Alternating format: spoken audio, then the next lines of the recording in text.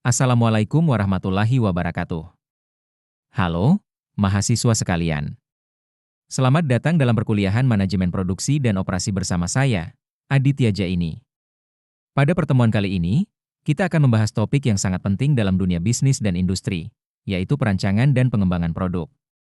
Materi ini menjadi fondasi dalam menciptakan produk yang tidak hanya inovatif, tetapi juga efisien, ekonomis, dan sesuai dengan kebutuhan konsumen. Perancangan dan pengembangan produk adalah proses sistematis untuk menciptakan barang atau jasa baru, atau menyempurnakan produk yang sudah ada. Tujuannya sederhana namun sangat strategis, menciptakan nilai tambah bagi pelanggan dan perusahaan. Tahapan ini tidak hanya melibatkan tim produksi, tetapi juga bagian pemasaran, riset dan pengembangan, R&D, keuangan, serta manajemen strategis.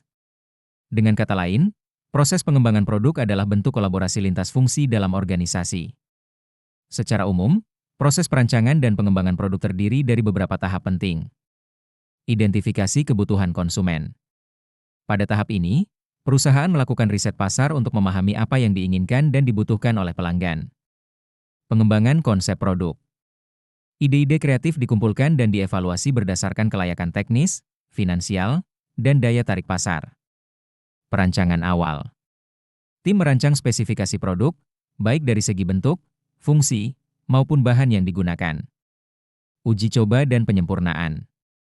Produk diuji untuk memastikan kualitas, keamanan, dan kinerja sesuai standar.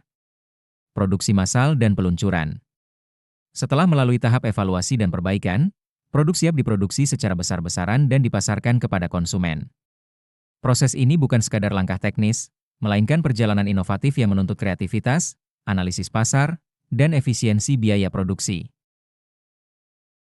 Keberhasilan suatu produk sangat dipengaruhi oleh beberapa faktor penting, di antaranya pemahaman mendalam terhadap pasar dan konsumen, koordinasi tim lintas departemen, pemanfaatan teknologi terkini dalam proses desain dan produksi, kualitas dan kecepatan inovasi. Selain itu, manajemen juga harus memperhatikan siklus hidup produk, product life cycle, mulai dari tahap perkenalan, pertumbuhan, kedewasaan, hingga penurunan. Dengan memahami siklus ini, strategi produksi dan pemasaran dapat disesuaikan agar produk tetap relevan dan kompetitif.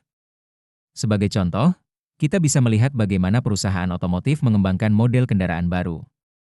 Mereka melakukan survei konsumen untuk mengetahui tren kendaraan listrik, lalu merancang desain yang ramah lingkungan, efisien energi, dan berteknologi tinggi. Setiap prototipe diuji secara intensif sebelum akhirnya diproduksi secara massal. Dari proses ini, terlihat bahwa inovasi produk selalu diawali oleh pemahaman terhadap kebutuhan pasar dan diakhiri dengan pengendalian mutu yang ketat.